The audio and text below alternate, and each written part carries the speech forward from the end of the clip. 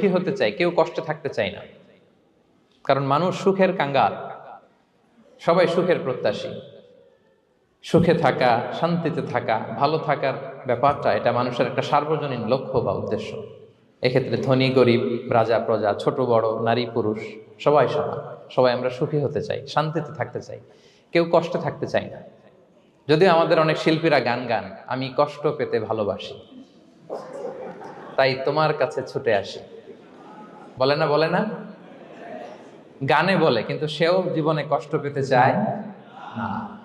কেউই কষ্ট পেতে চায় না। এটা গান মেলানোর জন্য বলেছে যে আমি কষ্ট পেতে ভালোবাসি, তো আসলেই কেউই কষ্টে থাকতে চায় না। সবাই আমরা সুখী হতে চাই। কি হতে চাই? কেউই কষ্টে থাকতে চাই না। তো কিভাবে আমরা একটা সুখী সমৃদ্ধ জীবন পেতে পারি, এই টপিকের উপর আজকে আমরা কিছু কথা বলবো। কোরআন আমাদেরকে কি গাইডলাইন দিয়েছে, ইসলাম আমাদেরকে কি জানিয়েছে, কিভাবে চললে আমরা